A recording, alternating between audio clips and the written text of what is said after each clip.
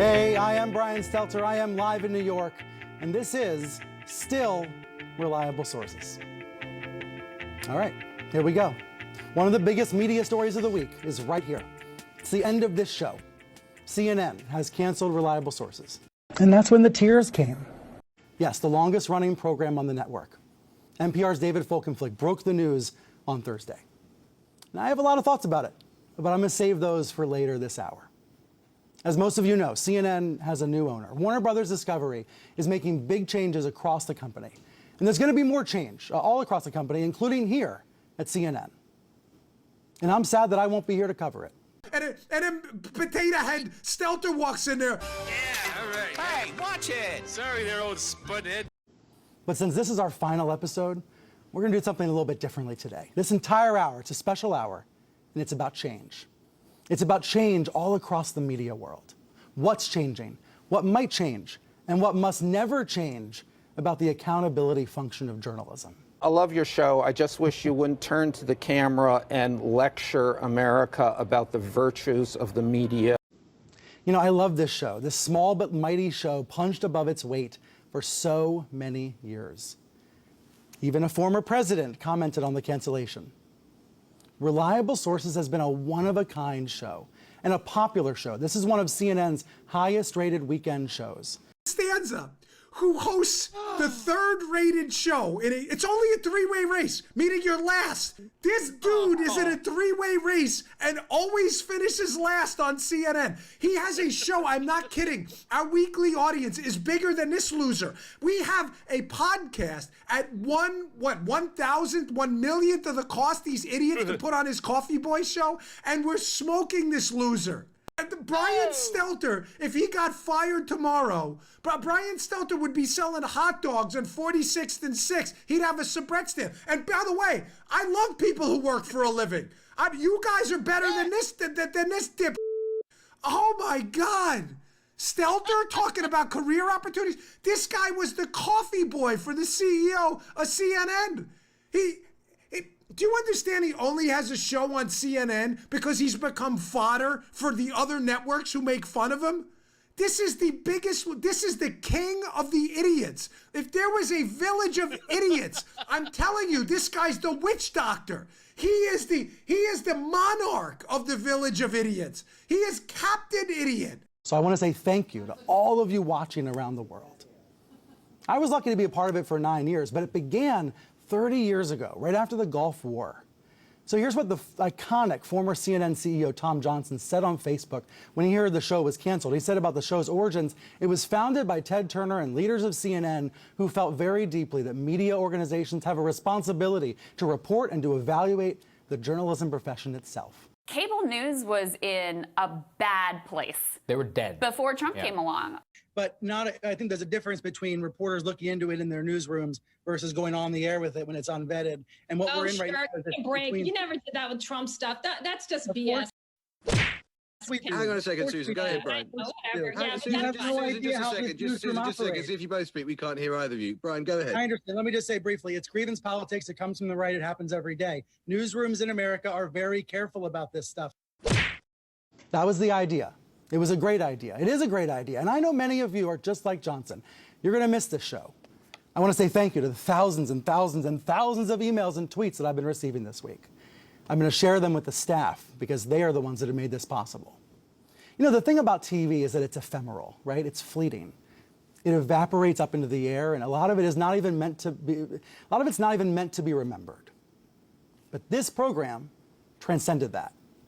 It's a part of journalism school curriculum. Teachers across the country and in other countries outside the U.S., teachers use segments from this show all the time in classrooms, in lessons, guiding and teaching the next generation.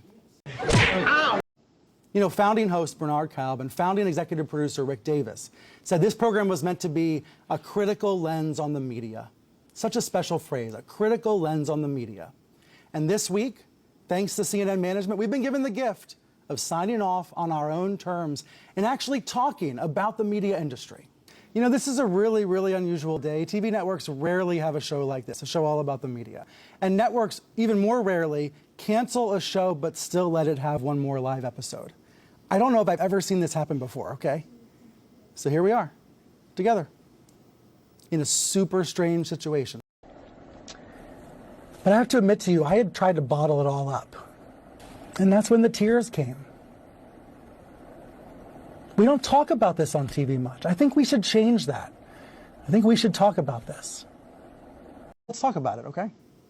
The phenomenal Reliable Sources producing team has been working around the clock on this special hour ever since Thursday.